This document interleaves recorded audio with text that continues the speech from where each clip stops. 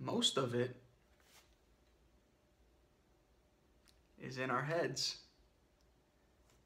I just started listening to an audio book by Gary Mack called Mind Gym.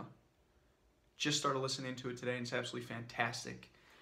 Gary Mack is a sports psychologist. He worked for several professional sports teams and helped their top athletes and their performers on those teams, whether they're in hockey, baseball, football, and helped those athletes to get in the best mental state possible in order to perform at their peak levels.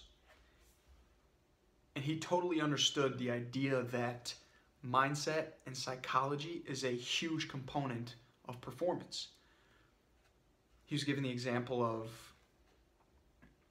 a kicker in the NFL who had a heck of a leg. He could nail 50, 60 yarders and was very consistent at kicking well. Except when one particular coach watched him kick, it was in his mind. He would always shank his kicks because he had it in his head that this one coach was watching, and this coach had a bad demeanor towards him. So he let that get to him. And he let that get into his mind, into his psychology around kicking, and it really threw him off. So Gary tried to figure out how he could help this kicker to really master his mindset so that he could eliminate that as a challenge and stop focusing on the negative things and start focusing on the things that would make him productive with his thoughts and therefore his actions. I've talked about it before, and I'll talk about it again and again and again and again and again and again and again and again, times a million. Because mindset and thoughts really propel our actions and ultimately our outcomes. So I just started listening to the audio version of Gary Mack's book, Mind Gym. I also, a while back, started Golf is Not a Game of Perfect by Bob Rotella. He's also a sports psychologist who worked with many different professional athletes, and this book obviously specifically focused on some of the professional golfers that he worked with.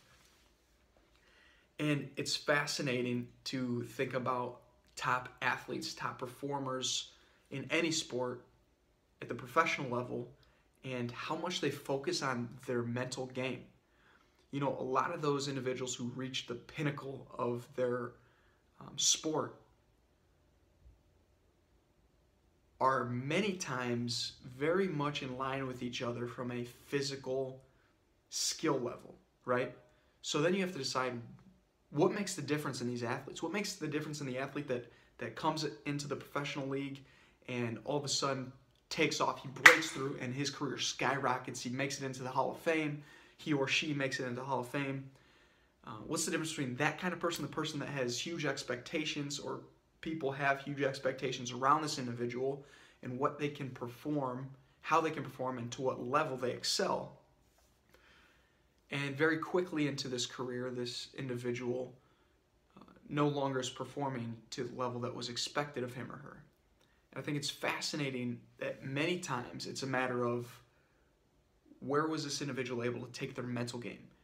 How did they focus their mind around outcomes? How did they start thinking about mentally challenging themselves consistently and conditioning themselves to really focus on their attitude and their vision of what they could accomplish? So my challenge to you and to me is, first of all, I love sports psychology and the psychology of peak performance. So I'm really into this Audible book that I'm listening to. I'm going to jump back into Bob Rotella's book. But my challenge to myself and to anyone who's paying attention, even if you're not into athletics, I mean, I do play church league basketball, but I'm certainly not a top performer there, and my focus is not necessarily becoming a top performer there. But I really do believe that when you focus on the skills and the mindset and attitude and psychology of success around athletics, it very much relates to many other areas of life and success in relationships or business or different areas of your personal life.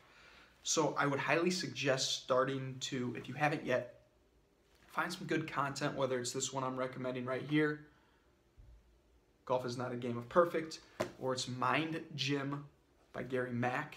start consuming the content around different ideas and thoughts and strategies for how you can start to master your mindset and get focused on the things that would be productive for you to focus on in terms of improving your skill level, improving the ultimate outcomes that you get through the actions that you're taking consistently every single day. So that's it. I'll leave it there. It's Friday night. Be safe this weekend. It's getting nasty out there. Outside, that snow's coming down. It's slick. Just came back from the grocery store.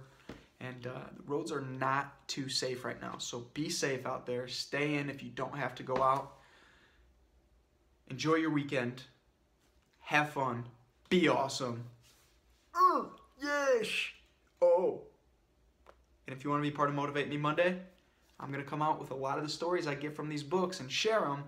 So if you don't really want to read the books or you don't want to listen to the audio versions, I'm going to bring the content to you in Motivate Me Monday. So that's one way to get this content too, is if you just watch the couple-minute videos that I'm going to be sharing in 2017, Motivate Me Monday. Have an awesome weekend. Now I'll sign off. Bye-bye.